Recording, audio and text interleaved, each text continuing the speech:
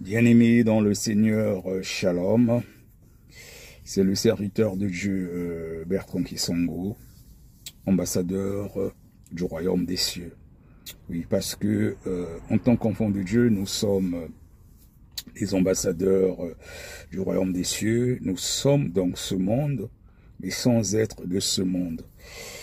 Et la marque caractéristique doit être justement le fruit de l'esprit qui se fait montre en nous au quotidien.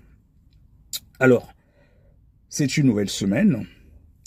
L'Esprit de Dieu me met à cœur de te donner un message d'encouragement, une petite exhortation ce matin, comme c'est le premier jour de la semaine, et c'est un début de semaine, voilà, par rapport au calendrier romain que nous utilisons. Alors, bien-aimé, il est important, quand tu commences la journée, mais aussi une semaine, de prendre possession de la porte de la semaine.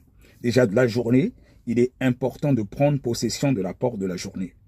Parce que si tu ne prends pas possession de la porte de la journée, ça veut dire que ce sont tes ennemis qui vont contrôler ta journée.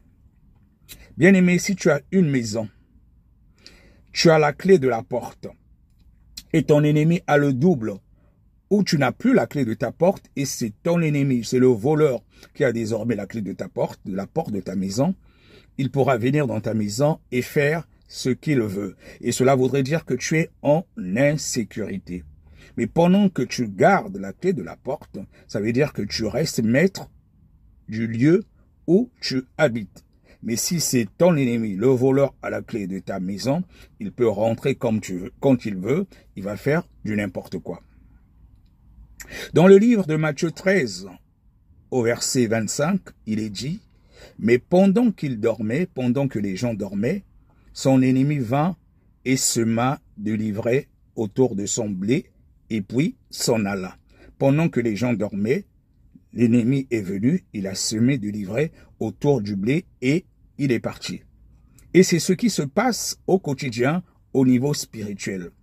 Pendant que nous dormions, tu peux être certain qu'il y a des gens qui ne dorment pas plutôt.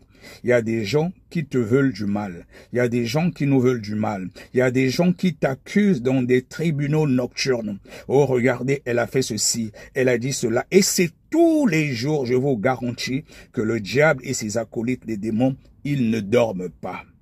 Mais j'ai une bonne nouvelle pour toi. Du moment où tu as reçu le Seigneur Jésus-Christ comme ton Seigneur et Sauveur, tu as l'autorité sur eux. Même le plus petit chrétien qui vient de recevoir le Seigneur Jésus-Christ comme son Seigneur et Sauveur, le Seigneur Jésus-Christ vient justement habiter en toi. Et c'est lui qui crée désormais en toi le vouloir et le faire. Donc même si ton ennemi, même si les sorciers, les occultistes, peu importe qui ils sont, ils font des réunions dans les tribunaux nocturnes. Toi, en tant qu'enfant de Dieu, du moment où tu as le Christ et Jésus-Christ en toi, quand tu te réveilles le matin, souvent en devançant l'aurore, c'est encore meilleur. Si tu ne peux pas, c'est pas grave. Mais quand tu te réveilles, ne te lève pas de ton lit sans renverser tout ce qui a été fait du mal contre toi durant la nuit, contre les membres de ta famille, contre ton mari, contre ton épouse, contre tes enfants. Quand tu pries, tu renverses, tu dis dans le nom puissant de Jésus-Christ de Nazareth, tout ce qui a été manigancé contre moi durant la nuit, que ce soit les autels de famille, tout ce qui a été fait contre toi, tu renverses, tu dis au nom puissant de Jésus-Christ de Nazareth, tout ce qui a été sémé, que ce soit la sorcellerie de la famille, que ce soit peu importe ce que tes ennemis ont fait contre toi, tu as le pouvoir de renverser les autels au nom puissant de Jésus-Christ. Parce qu'il est dit dans la Bible que nous n'avons pas à lutter contre la chair et le sang, les esprits méchants se trouvent dans les lieux célestes. Même si tu sais que X ou Y est sorcier de ta famille, ça ne sert même pas de chercher à te battre avec la personne en journée, non. On ne combat pas avec les mêmes armes. Tu vas pas combattre le diable avec les mêmes armes. S'il y a un sorcier de ta famille que tu connais, montre-lui l'amour. plus tu lui montres de l'amour, tu prends de la hauteur justement sur cette personne. Mais toi, tu lui combats spirituellement. Ça ne sert pas de chercher à affronter un sorcier en journée, on va voir tout ça. Non, non, non. Quand tu fais ça, tu n'as rien compris. Tu ne vas pas combattre le diable avec les armes du diable. Toi, ce que tu fais, tu lui montres l'amour. Même si une personne ne t'aime pas, tu lui montres l'amour. Le Seigneur Jésus-Christ a dit de prier pour les ennemis. Tu pries même pour le sorcier. Tu le bénis. Tu dis à Dieu vraiment de le bénir davantage. Donc, plus il te veut du mal, tu lui transmets l'amour. Et toi, quand tu devances l'aurore dans la prière, tu fléchis justement les genoux. Et c'est comme ça que ton Dieu va agir. Donc, pendant que les gens dormaient, son ennemi vint et sema de l'ivraie autour de son blé. Donc, tu ne sais pas qui a semé de l'ivraie autour de ton blé, qui veut du mal à tes affaires, qui veut du mal à ton épouse, à ta femme, à tes enfants. Tu dis tout simplement, Seigneur Jésus-Christ, tu nous as donné le pouvoir de marcher sur les serpents, les scorpions, sur toute la puissance de l'ennemi, et rien ne pourra nous nuire. Et tu as justement la capacité, tu as justement le pouvoir, puisque être un enfant de Dieu, c'est un pouvoir de renverser tout cela au nom de Jésus. Je te garantis que ce que tu déclares et tu décrètes, c'est ce qui se passe aussi dans le monde spirituel. Donc, tu te réveilles, tu prends possession de la porte de la journée. Tu dis, je prends possession de la porte de la journée dans le nom puissant de Jésus et tu commandes au matin que ta journée soit une journée bénie.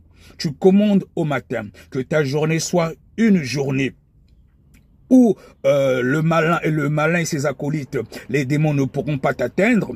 Tu te couvres par le sang de Jésus. Et si tu es chef de famille, tu couvres aussi toute ta maisonnée par le sang de Jésus et les enfants, surtout que c'est une nouvelle semaine, qu'ils soient couverts par le sang de Jésus quand ils vont aller à l'école.